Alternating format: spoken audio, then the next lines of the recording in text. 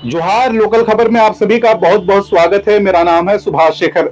झारखंड के पूर्वी सिंहभूम जिले की घाटशिला विधानसभा सीट, यहाँ इस बार मुकाबला सिर्फ सोरेन वर्सेज सोरेन का नहीं है, बल्कि जातीय समीकरणों, भावनाओं और रणनीतियों की जंग है। 2,55,000 मतदाताओं वाला यह इलाका झारखंड की राजनीति का लिटमस टेस्ट बन गया है।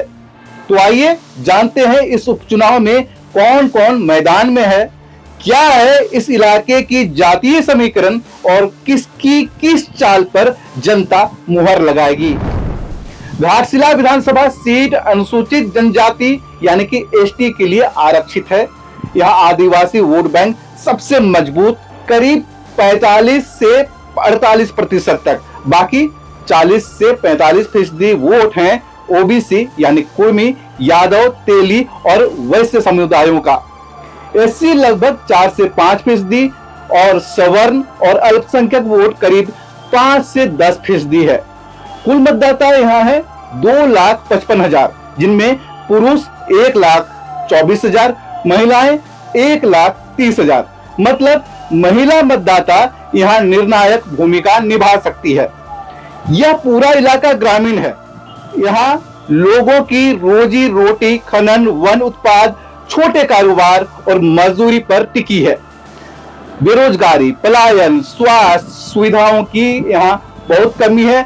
शिक्षा है यहाँ का असली मुद्दा। अब बात करते हैं राजनीतिक दलों की। कौन सा दल किस जातीय समूह पर दांव खेल रहा है। झामुमो ने दिवंगत विधायक रामदास सोरेन के बेटे सोमेश चंद्र सोरेन को मैदान में उतारा है। संताल आदिवासी समुदाय से आने वाले सोमेश को सहानुभूति वोट का लाभ मिलने की उम्मीद है। पार्टी जनता के बीच विकास योजनाओं जैसे पेंशन, आवास, छात्रवृत्ति के जरिए अपने समर्थन को मजबूत करने में जुटी है।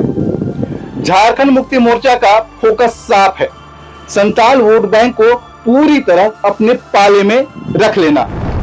भाजपा ने भी मैदान में उतारा है बाबूलाल सोरेन को, जो पूर्व मुख्यमंत्री चंपई सोरेन के बेटे हैं।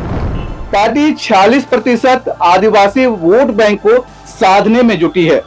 चंपई सोरेन के प्रभाव और संगठन की ताकत में दम है। ओबीसी वोट बैंक के लिए भाजपा ने आजसू के सुदेश महतो और जदयू के खीरू महतो को मोर्चे पर लगाया है, ताकि कुर्मी और वैश्य समुदाय के वोट को अपने साथ जोड़ा जा सके। भाजपा का नैरेटिव साफ है, राज्य सरकार की भ्रष्टाचार और भाई भतीजावाद की नीतियों के खिलाफ जन समर्थन जुटाना। वहीं डुमरी विधायक जयराम महतो की पार्टी जेल कैम्प ने इस बार मैदान में उतारा है रामदास मुर्मू को। पिछले चुनाव में भले ही इन्हें सिर्फ 8,000 वोट मिले थे, लेकिन अब कुर्मी आंदोलन और युवाओं के समर्थन से ये दोनों दलों के वोटों में सेंध लगाने की ताकत रखता है। मतलब मुकाबला अब सीधा नहीं रहा, त्रिकोणीय हो गया है। घाटशिला का चुनाव इस बार जातीय ध्रुवीकरण पर टिका है। संथाल और भूमिज आदिवासी समुदाय का झुकाव तय करेगा विजेता कौन होगा। ओबीसी में कुर्मी और बंगाली भाषी समुदाय निर्णायक भूमिका में है।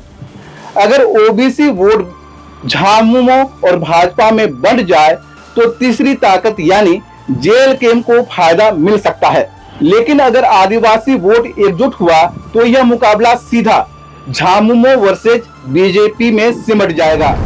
ग्राउंड पर जनता के मुद्दे हैं रोजगार, सड़क, शिक्षा, स्वास्थ्य सुविधाएं। लेकिन प्रचार में इन मुद्दों की जगह जातीय पहचान और पार्टी वफादारी ने ले ली है।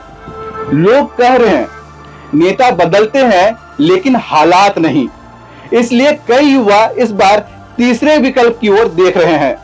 तो घाटशिला उपचुनाव का यह रण सिर्फ दो परिवारों के बीच नहीं, बल्कि दो विचारधाराओं और कई जातीय समीकरणों के बीच का है। एक तरफ सहानुभूति और संताल एकजुटता का कार्ड, तो दूसरी ओर विकल्प और बदलाव की उम्मीद। अब देखना होगा 2,55,000 मतदाताओं में से कौन सी लहर भारी पड़ती है, सोरेन वर्सेज सोरेन या जनता वर्सेज जातीयता। वोट की तारीख नजदीक है और घाटशिला की हवा अब धीरे धीरे गर्म होती जा रही है। हर अपडेट आप तक पहुंचाएंगे। जुड़े रहिए लोकल खबर के साथ। जोहार।